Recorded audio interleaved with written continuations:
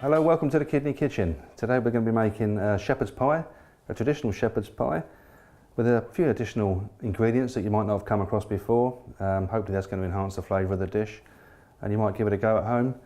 I suppose one of the main differences is we're going to be using a swede and carrot mash instead of traditionally using potatoes, which the carrots and the swede are a lot less potassium than the potatoes. So here we go. I've got my frying pan nice and hot, a little bit of sunflower oil, diced onions, we've got a couple of cloves of crushed garlic, some diced celery, and all this is going to take about 6 or 7 minutes just to soften all the vegetables. Into that we've got some lovely fresh thyme, a couple of teaspoons of fresh thyme, lovely herb, very strong though, so you don't need too much. If you can't get your hands on some fresh herbs, you can always use the dried herbs. Fortunate to have a big bay leaf tree in my garden, so I'm going to put one of those in. If you can't have any, you don't have access to fresh bay leaves, you can obviously buy some dried ones that are readily available in the supermarkets. You only do need one though, because they're very, very powerful herbs, so I wouldn't recommend putting too many in, else you just mask the flavours of everything else of the dish. That's just about softened enough now, and then we're going to put in our lamb mince. We've got some lovely lean lamb mince I've got from a local butcher today. And you want the pan still to be hot for this and make it nice and brown, really fry your meat off. And this will take a few minutes to colour up. You just want to break your meat up a little bit with your spoon as well. If you don't want big clumps of meat, you just want a nice pieces, so don't worry about breaking it up a little bit, so that's what you want. Again, you can use minced turkey. I've used minced turkey breast before, or chicken breast as an alternative. Also, if you're vegetarian, you can use some corn or a combination of red lentils and chickpeas, which is a nice thing as well. There you go, that's about there.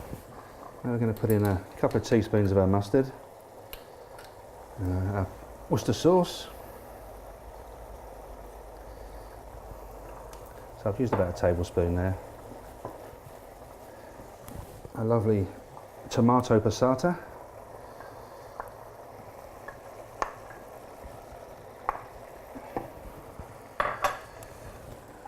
And there's our low salt beef stock. There you go, so you've got all the ingredients in there now. I'll just give it a little twist of black pepper. And then we'll turn the heat down, and that's going to take a good 20-25 minutes. We'll simmer that gently. In the meantime, we can get on with mashing our swede, and I better put the oven on as well. Again, swede plentiful this time of year, swede, parsnips, carrots, lovely autumn vegetables. So then we're mashing up the swede. I've just added a little addition of a little knob of unsalted butter in there. I feel there's enough salt in the pie itself with the addition of the Worcester sauce. So we're using unsalted butter in the swede. There's no other salt or pepper in here at all. So we're just about ready, shepherd's pie. There's our base.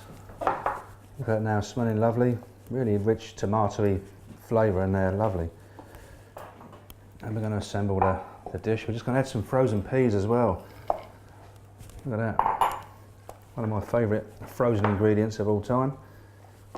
Gives another colour to the dish. You can see the green and the orange, and looks really good all together.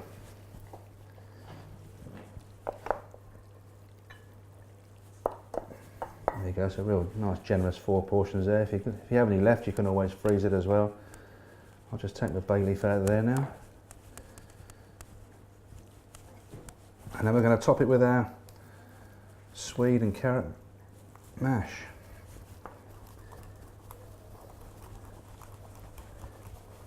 I've just got an addition of some Parmesan cheese I'm going to get from the fridge.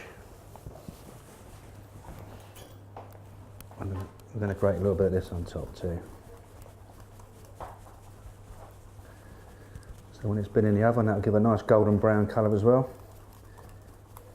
Just going to pop it on a baking tray as well, because it might, bubble over.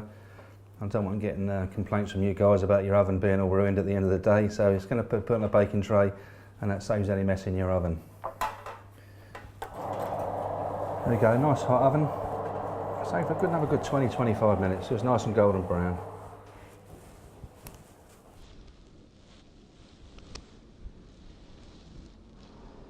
Okay, well the pie's come out of the oven. I've given it a good 10-15 minutes rest before, because it'd be too hot otherwise straight out of the oven. Sprinkle a little bit of fresh thyme on it, you can put a bit of parsley on it if you want to, and that's it, ready to taste. I'm now going to invite Nick, the dietitian here in the kitchen today, to give it a go for me.